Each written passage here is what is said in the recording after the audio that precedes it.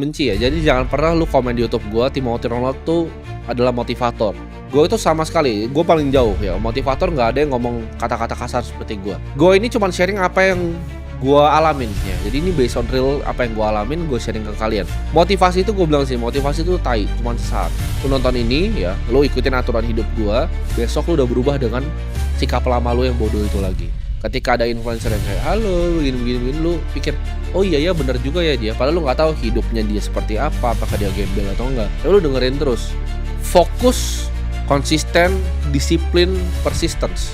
Itu paling sulit. Kalau motivasi itu angin-anginan ya.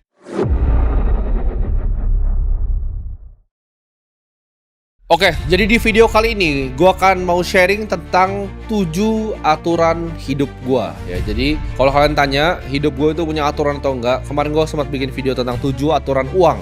Kali ini gue pengen sharing tentang 7 aturan hidup gue yang gue pegang ya. Jadi ini kenapa gue sampai bisa kepikiran hidup itu punya aturan. Kayaknya sekitar 3-6 bulan lalu ada teman gue ya, yang kebetulan anaknya tuh dibilang anaknya ngefans sama gue. Jadi dia itu minta beberapa tips lah untuk anaknya bisa jadi seperti gue. Gue lupa waktu itu anaknya antara ulang tahun atau ada acara apa.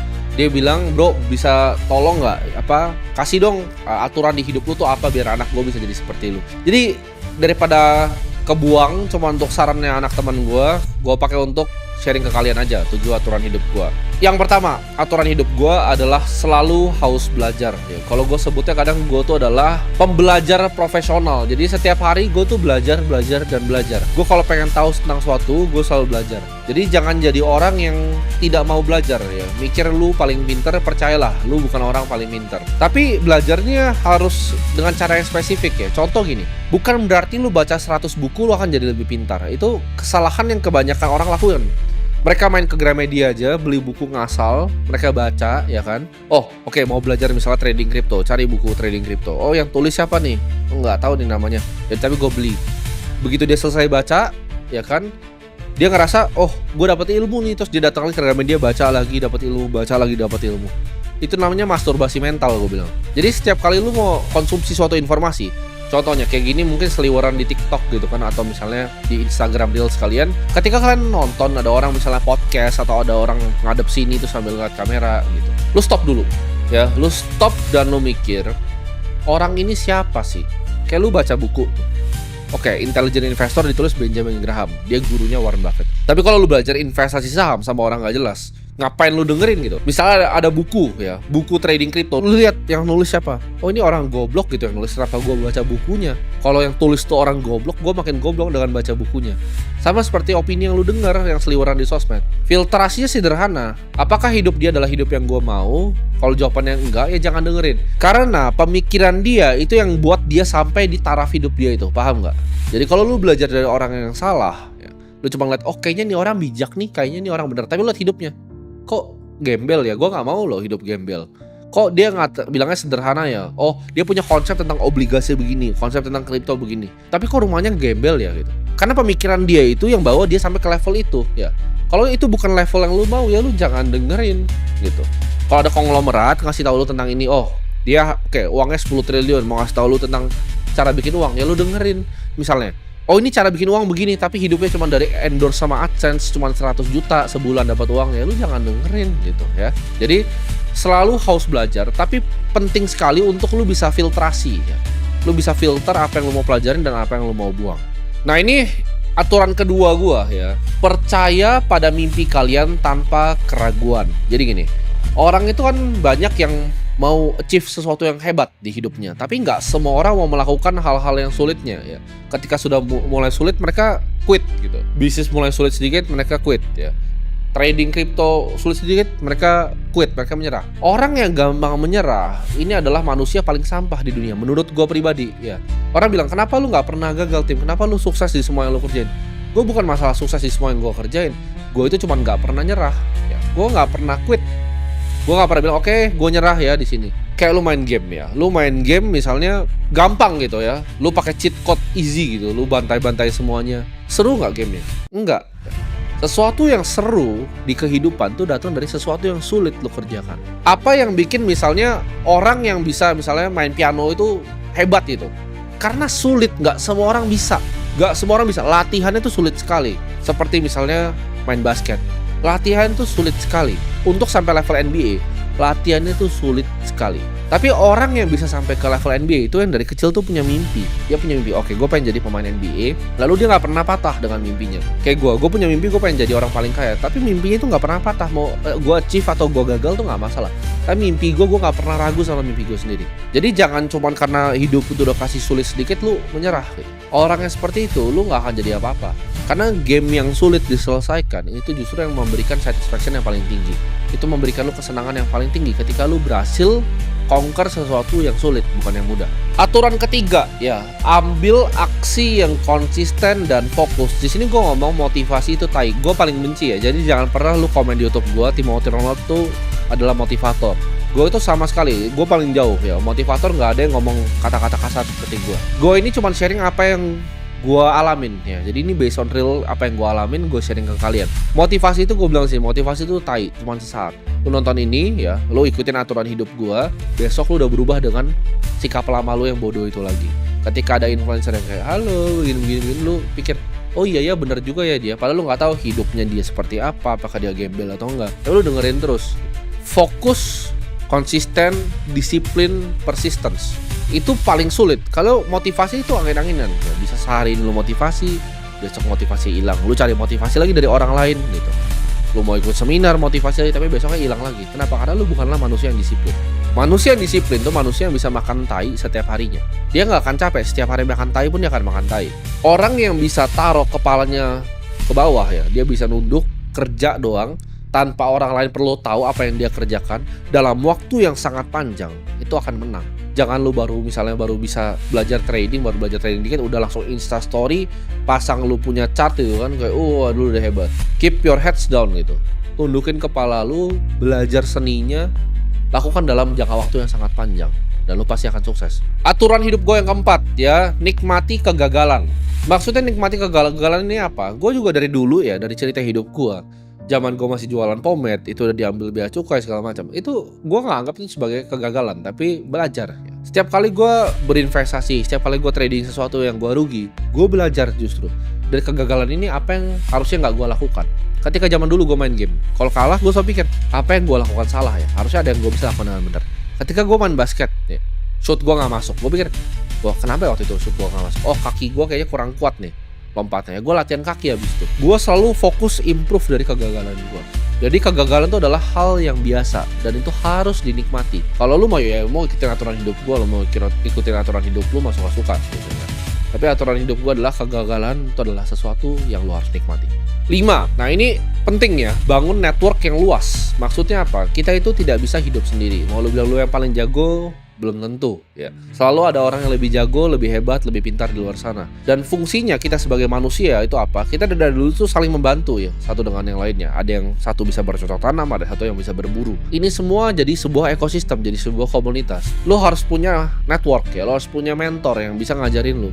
Gue nggak akan ada di diri gue sekarang kalau tidak ada mentor yang ngajarin gue seperti ini. Makanya ini yang gue pengen balas budi ke mentor-mentor gue yang di atas, yaitu gue pengen sharing ke kalian. Ya ini bentuk mentorship nih. Gue itu nggak akan ada di sini tanpa network yang gue punya. Ya, lu perluas ya network lu. Join komunitas-komunitas. Ya. Jangan cuman mau hidup sendiri. Lu ngerasa cuman gue yang paling jago, cuman gue yang paling hebat. Jawabannya enggak. Lu selalu bisa belajar dari orang lain, apalagi yang mereka yang udah ngelewatin hal yang lu belum lewatin. Kenapa? Ketika mentor gue bilang, Tim begini ya cara ini ya. Oh iya, ternyata begitu ya. Kenapa? Karena dia udah pernah di posisi gue, dia udah pernah gagal di situ. Jadi gue nggak usah perlu gagal lagi ya. Gue tinggal lompatin dengan ilmu yang dia kasih ke gue. Sampai kayak kalian nonton video gue terus-terusan, tuh kalian ngelompatin banyak hal yang harusnya kalian nggak lewatin. Kenapa? Karena gue udah lewatin duluan. Gue udah makan tainya dulu ibarat. Aturan hidup gue yang keenam, jaga waktu lu. Karena waktu lu tuh udah hal yang paling berharga di dunia. Jadi ini yang banyak orang gak lakukan. Mereka pikir, mau melakukan sesuatu yang seru ya. Temannya ajak ke konser Bruno Mars, ayo ke konser Bruno Mars. Temannya ajak ngantri boneka, ayo ngantri boneka. Kalian itu gak bisa menjadi pemikir yang independen. Kalian gak bisa jaga waktu kalian sendiri ya. Ini problem yang sangat amat besar gue lihat di masyarakat ya. Mereka sangat FOMO gitu. Karena lu itu gak bisa jaga waktu lu sama sekali. Ketika teman-teman kampus lu, oke ayo kita demo di sini. Tiba-tiba ketua BEM-nya akhirnya join partai politik gitu. Terus kalian kecewa, kok dia begini ya? Kok dia malah digabung koalisi ya? Ya karena semua yang demo-demo itu, yang pemimpin demo-demo itu itu cuma akan jadi koruptor selanjutnya. Jaga waktu lu, hargai waktu lu. Temen lu ngajak ngopi yang nggak penting, jangan gitu. Lu belum punya duit. Gue bukan di sini ngomong lu nggak boleh nonton, boleh. Kalau lu udah kaya aja, tapi kenapa? Lu nggak kasihan sama keluarga lu. Keluarga lu punya duit belum, ya hidupnya nikmat belum, lu udah main kayak begitu aja gitu. Kasian ya. Kasihan keluarga lu, kasihanin diri lu sendiri. Lu bebasin mereka semua dari kebebasan finansial, baru lu boleh lah enjoy. Tapi kebahagiaan pun untuk gua, apa sih seru gitu untuk gua? Seru untuk gua adalah gua bisa bangun pagi, gua konsisten, gua bisa kerja, ya. Gua lakuin yang terbaik hari ini, gua latihan, lakuin yang terbaik setiap hari. Itu yang bisa bikin gua seneng gitu. Gua bukan seneng karena oke, diajak ini ke konser. Gua nggak anggap itu ada seru sedikit pun di hidup gua, ya. Karena gua sangat menjaga yang namanya waktu gua. Contoh ya, ada yang ngajak gue ngopi keluar. Kalau dulu mungkin 4 tahun lalu, 5 tahun lalu gue ladenin. Sekarang gue gak pernah ladenin. Gue cuma tanya, ini ada kemungkinan transaksi atau enggak? Ada untungnya buat lu, ada untungnya buat gue atau enggak? Kalau cuma sekedar buat ngopi-ngopi aja, enggak usah ketemu gue. Orang mau bilang gue sombong, orang mau bilang gue apa, terserah gue gitu. Kayak orang bilang, oh mau datang ke podcast ini enggak, datang ke acara ini enggak, datang ke itu enggak. Gue cuma mikir kalau orangnya gue gak gitu suka-suka amat, enggak lah, ngapain gitu. Lu gak bisa bayar waktu gue juga kok, gue juga gak minta dibayar ya. Gue itu sangat menghargai dan menjaga waktu gue, dan gue harap kalian tuh harus menjaga waktu kalian. Jangan gampang FOMO, jangan gampang ikut-ikutan teman, jangan karena dijauhin sama teman terus kalian jadi nggak mau kerja, jadi ikut main-main sama mereka ya. Jangan seperti itu. Jaga waktu lu dan hargai waktu lu. Karena uang itu banyak ya. Yang nggak bisa dicari itu cuma waktu, kesehatan, dan juga cinta ya. Kalau uang itu gampang dicarinya. Dan aturan hidup gue yang terakhir, yang ketujuh adalah jangan lupa berbagi. Nah ini mungkin counter intuitif ya buat orang-orang ngerasa, wah gue mau kaya tapi kok kenapa harus berbagi? Itu percayalah, ketika lu berbagi, uang akan dibagi ke lu di cara yang lu bahkan gak paham dan lu gak ngerti. Semakin pelit lu sebagai seseorang, semakin miskin diri lu, percayalah. Gue dari punya uang sangat sedikit, gue tuh udah hobinya berbagi. Gue suka aja berbagi ke orang-orang sekitar gue. Karena itu memang gue dari dulu punya pemikiran seperti itu. Dan gue juga bilang ke diri gue sendiri, kalau gue punya uang yang sebanyak ini, gue akan nanti bagiin semua kok di akhir. Gue pengen uang ini bisa jadi manfaat untuk banyak orang. Karena fungsi hidup orang tuh cuma untuk bermanfaat. Lu percaya sama gue deh, gue bukan orang yang belum lewatin semuanya. Gue udah lewatin semuanya. Semua yang lu pernah pikirin, semua yang lu anggap seru ya. Lu mau naik apa? Mau naik McLaren Senna, lu mau naik Ferrari, semua itu udah pernah gue alamin. Keliling dunia udah pernah gue alamin ya. Lu mau sampai puncak pegunungan di Swiss, sampai lu mau keliling semua Eropa ya, itu udah pernah gue lakukan ya. Mau ke Dubai kemana, semua udah pernah gue lakukan. Tapi apa yang paling seru menurut gue? Yang paling seru tuh bukan semua itu tentang uang ya. Sure, mungkin sesaat itu seru. Lu beli mobil, ya 2 hari paling udah lupa. Tapi yang lu gak akan lupa adalah apa? Lu bangun sekolah untuk 100 anak. Ketika mereka nanti bisa besar dan bisa bilang terima kasih karena mereka sekolah di tempat lu, itu lu gak akan pernah bisa bayar pakai uang. Jadi berbagi ke sesama itu adalah hal krusial yang gue selalu lakukan, dan yang akan bikin hidup lu jauh lebih sukses dan lu lebih diberkati lagi. Karena karma itu ada ya. Semakin baik lu ke dunia akan kasih balik ke lu. Contohnya, berbagi itu gak cuma soal uang. Ini juga format berbagi. Gue gak dapat apapun dari kalian sih. Tapi dengan gue berbagi ke kalian, gue akan dapat karma baik ya dari kalian. Karena banyak yang nonton video gue itu hidupnya bilang, oh hidup gue berubah, gue bisa rubah kehidupan keluarga gue bisa umrohin orang tua gue dan segala macam. Kalian bisa bandingin kayak begitu. Apakah itu bukan hal yang mulia yang dilakukan dibanding contoh misalnya ada streamer gitu kan, cara mendapat views hanya cuma untuk mendegradasi dirinya sendiri gitu. Jadi badut di depan orang, kayak zaman badut jester di Raja-Raja, teriak-teriak depan kamera, taruh mic yang sama seperti ini depan kamera, ada komputer, dia berteriak-berteriak atau bawa ke jalan lari. Gue di sini pengen majuin generasi bangsa kita ya. Dan di sini gue mau sharing aja ke kalian, jujur gue bikin begini juga gue punya agenda. Mungkin dari semua orang yang kalian nonton, cuman gue yang punya kepentingan untuk kalian jadi kaya. Kenapa? Lu mendingan fans streamer yang teriak-teriak terus isinya bocil gak punya duit, yang sukanya dibagi-bagi iPhone, atau lu mending punya fans yang kaya? Karena nanti mimpi besar gue pengen bikin suatu network state ya, dimana ini akan menjadi bahtera. Karena gue tahu 2030 tuh akan ada hujan yang besar ya. Hujan tuh kiasan ya, bukan literally hujan. Tapi kemiskinan akan besar sekali, kelas menengah itu akan hilang, yang kaya akan super kaya, miskin super miskin, dan dunia akan sulit nanti. Kalian nggak akan punya apa-apa. Jadi gue lagi proses dalam bikin bahteranya. Gue mau orang yang masuk bahteranya orang yang apa? Justru orang yang kaya.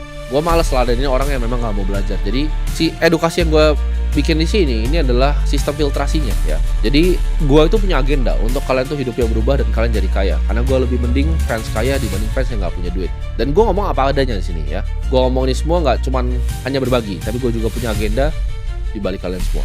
Sampai jumpa di video selanjutnya.